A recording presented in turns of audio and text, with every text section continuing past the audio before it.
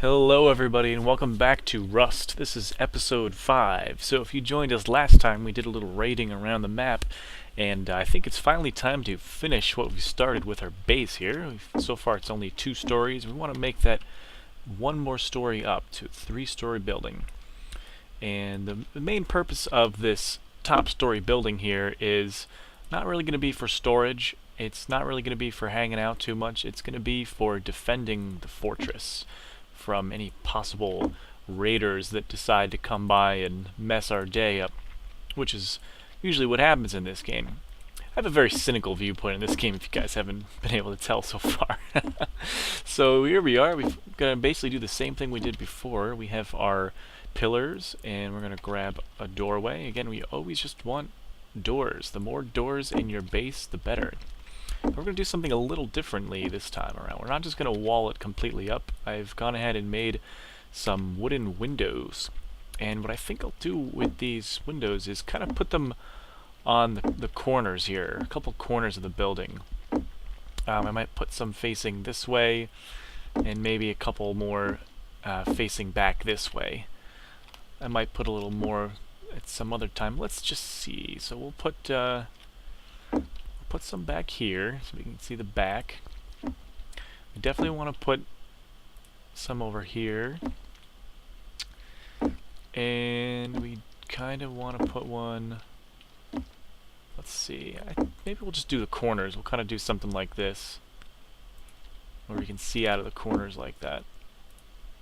This way we can kind of shoot from this angle over here, and back here from over here and over here. Now, you don't want too many of these windows on here because people can shoot through them, and until you bar them up with metal bars, they're easily climbable. So we're just going to do the rest of it with regular walls.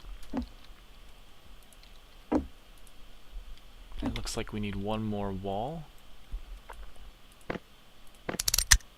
Chest had enough planks. I kind of used all the wood that I gathered from our little round trip around the world there, and you could see all that wood just went into this one floor.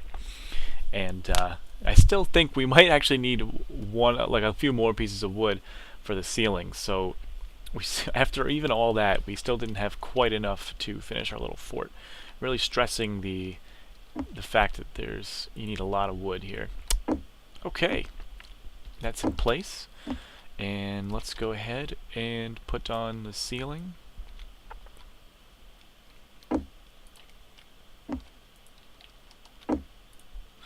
There we are. So you can see it's kind of a little loft up here. Now we don't want to leave these windows open like that because, well, someone could just kind of ramp up and climb right through. But so what we're going to do is put a couple bars through here, and it's going to make it a little bit better for us. So we'll come all the way down to the first floor here, and let's go ahead. We need 4 window bars, metal window bars. So it's going to require 100 metal each, so we don't even have... Oh, yes we do. I can count, I swear. So we're going to go ahead and, I tell you what, we'll do... Yeah, we'll do all 4. We'll do all 4, and I have some more metal ready to be smelted in the furnace, which we can use to make the last door that we need. I think it's more important that we get these metal bars on the windows first. And I think in the most recent update of Rust, Facepunch decided to make the bars a little thinner, which is a good thing. It makes it easier for us to shoot out of them. Of course, it makes it easier for people to shoot into, but I kind of didn't like the bars, how they were kind of too thick. So we're just finishing up here. We're pretty much using up all the current metal fragments that we have, but that's okay. There we are. We have 4 metal bars now. Let's go back upstairs. Notice how whenever I open a door, I immediately close it. It's a good habit to get into. You never want to leave any doors open, and you can accidentally just, without even thinking, leave them open. Okay, so here we go.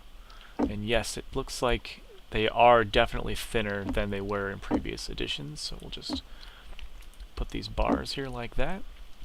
This way no one can climb through, but as you can see, we'll be able to fire our weapons through these in case anyone decides to just come in and see if, if anyone thinks they're tough and they want to break in.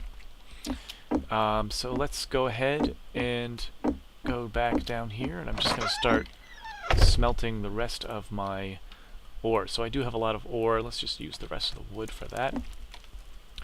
So we're going to let that smelt a while, and I'm also going to run out for some more resources. I think I need one more ceiling. Yeah, I need 6, but I only have 4. And we just don't quite have as much. Oh, we actually... Oh, what am I talking about? We do. We had a whole hidden thing of planks here, so that actually... That's kind of funny. It's good to leave little planks for yourself. This way, you know, if you run out of resources, you can kind of surprise yourself. Hey, look, I got more planks. So there we go. We'll go ahead and craft some more. Just need that one more ceiling piece. That very last ceiling piece. Close the door behind me. And that'll go right here. There we are. So we are now completely encased. We're all closed up. And like I said, I'm not really going to put anything up here, really. Maybe a campfire, maybe a few boxes, but I'm just going to leave this floor just for shooting out of. Of course, I'm going to put a door here as soon as I get a little more metal. Now, on the second floor, I put my sleeping bag, and, well, he was here. My buddy Nyrbad, he had passed out here. He left a bunch of his stuff in the box here, and he said try not to get it all taken away. But I guess he must have logged in at a different point and moved away or something. But up here I've just got some of my extra items that I'm not really using, and eventually I'm going to put a lot more boxes up here with all the valuables. In fact, I might just go ahead and do that right now, since we do have the second floor now pretty closed off. What we can do is go through here, take all our stuff, and move it all upstairs. I might leave some really stupid things in here, like the hatchet, and what else? Maybe a pickaxe. I'm feeling pretty generous. But I'm going to move basically all the values upstairs. I'll leave a torch in here. This way, if people do manage to break in down here somehow, they won't feel like they were totally ripped off. Then we got some food in here. Might as well cook that up too. Already got some more metal, so we're going to need about 200 metal to make that next door. So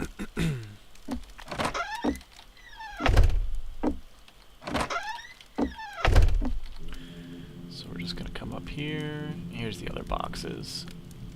We don't really need all these boxes just yet, but eventually we will, because we'll be collecting tons of stuff. So I'll just kind of move them here, and I will eventually probably organize all this stuff. But anyway, you guys probably don't want to watch that. So what I'm going to do is run around and collect some more resources and show you how to make this base a little more impenetrable from the outside. Okay, so I'm coming back from gathering resources here, and we can see our nice, pretty fort as it is right now. It's just a little rectangle jutting up, but it's getting there, and there's our windows up there. And we have succeeded in grabbing a good amount of materials. So I'm just going to dump the rocks and stuff in the furnace. Oh good, we have enough to make a door now. But more importantly, we have enough to make a lot more planks, and that's what we're going to want. So we are just going to go ahead and make those planks. I'll make 60 of them. And we're back, and we have our planks, and more importantly, we have the final door. So let's go ahead and slap that in there. Come on. Sometimes it's funny. Almost. Almost. Almost. There we are. Oh, we can't place that here. Oh, good. There we go. There it goes. So sometimes it's a little stupid. Alright, so we have our secured off third floor now. We also have a bunch of planks, so let's go ahead. Actually, I have more planks up here too. Yep, where'd I put them? Maybe over here. Yes. A lot of planks. And let's just go outside, and we're just going to measure up how many foundations we're going to need. So I'm just going to craft just one foundation right now, just to kind of see how many we are able to put around the building. Because that number is going to determine how many more planks and etc. we're going to need, just by kind of lining it up visually. So there we go, there's our foundation. Let's go outside. So Nyrbad has already graciously donated one plank to us, or one foundation. We're basically going to want to put them around the entire building, including the corners here, is where we're going to want to put them. So 1, 2, 3, 4, 5, if it'll let us back here, 6 maybe, 7 perhaps, 8, including the front, which it actually looks like about 9, 10, about 10 of them it looks like. So, and it looks like sometimes we can't even place them, so in those cases we don't even have to worry about it. If you can't get the foundation down, if you can't put a foundation down, then that means somebody else can't put the foundation down either. So we're just gonna go, whoa, we're gonna go right back in here, and we're gonna craft our, let's just say 10 foundations. Let's see if we can even do it. So we can make 9 with the amount of planks. We'll go ahead and do that. It's going to take a long time, even standing right next to the crafting bench, so it won't make you guys sit through that. Alright, sun is starting to set, so I'll have to make this a little faster. So I just made 10 foundations and 16 pillars. So what I'm going to go ahead and do now is, remember how I said never put pillars in the center of your foundations? Well, in this case, you're going to want to do that, and the reason is we don't want anyone to build anything on the outside here. So we're just going to plop a pillar, 2 pillars actually. Every time we put down a foundation, we're going to want to put down 2 pillars on top of that. So foundation, make sure it's in the center. That's, I can't stress that enough. Right there and right there. So you're going to see what's going to start happening here is you're going to see that the outside of the base is going to become unavailable for pirates to come in here and scale the walls, I guess you could say. Make sure as soon as you put that foundation down, you go and put the pillars down. I wouldn't leave any foundations by themselves, because that's just asking for someone to come in and put a set of stairs. Even if you were intending on putting pillars, make sure you get them down first. And make sure you put 2, because you never know, you want it to go kind of high. Sometimes they can still put stuff in the middle there. You want to just block every little attempt. Now here in the back, it looks like we're not going to have to put too many, because, well, it looks like I can't put this down no matter how I finagle it. I can go big with it, small, like the smallest it goes, and I still can't put it down. So that's fine. The back of the base is going to be relatively protected. Let's just see where else we can put them. In the front, okay. And on the side here. So we'll pop one down there. Put 2 more there. And yes, even in the front door needs to have them.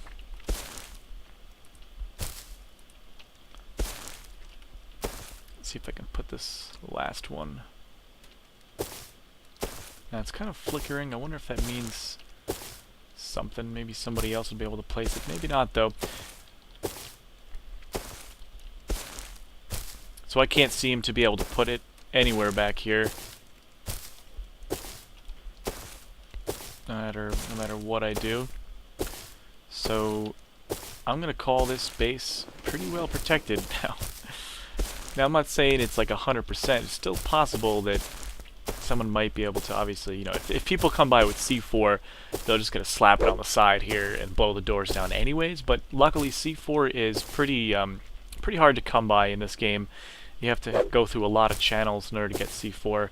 Grenades, however, are a little easier to craft. All you need is a crap load of sulfur, or gunpowder rather, and metal fragments.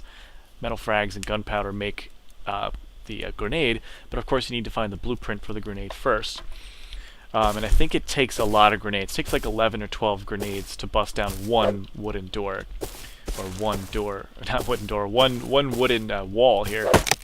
And the same amount for the metal door. Again, someone could just hack at that all they want, and nothing's going to happen. Same with the walls.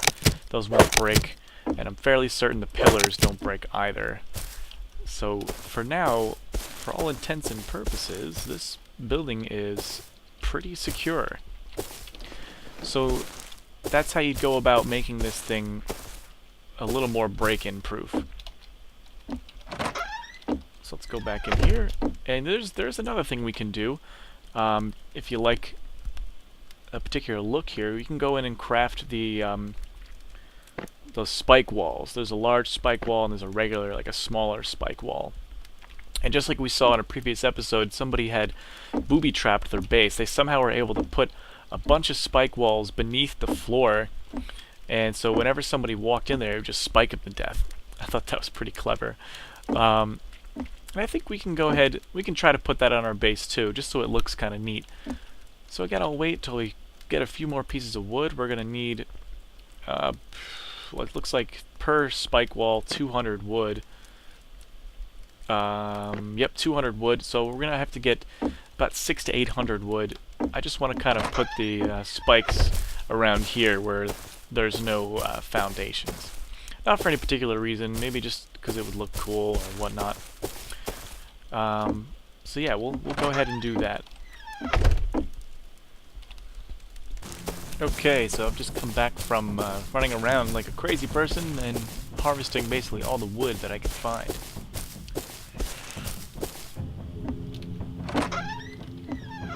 So let's go up in here, and we have a good amount of stacks of wood. Let's just see if we can make the large spike wall. Let's make 4 of them. Gonna take about 30 seconds. So again, we can use this spike wall to put around the outside of the base where we don't have the foundations. Now, again, is it really necessary to go and do that? No, but I think it looks kind of cool to put the spike walls up. It just kind of gives the base more of an appearance of, you know, get away. Danger, you know, that kind of thing. If you come walking through here, you're gonna regret it. Alright. Here we go, there's our 4 spike walls. So we'll go around to the spots where, like right back here. Here we go. We can kind of just put these up. Maybe one wall per side, I guess. Now just be careful when you're putting them up not to run into them, because you will hurt yourself, and you don't want to do that. Let's put one on the corner here, maybe. Alright. Come back around. We'll put one over here.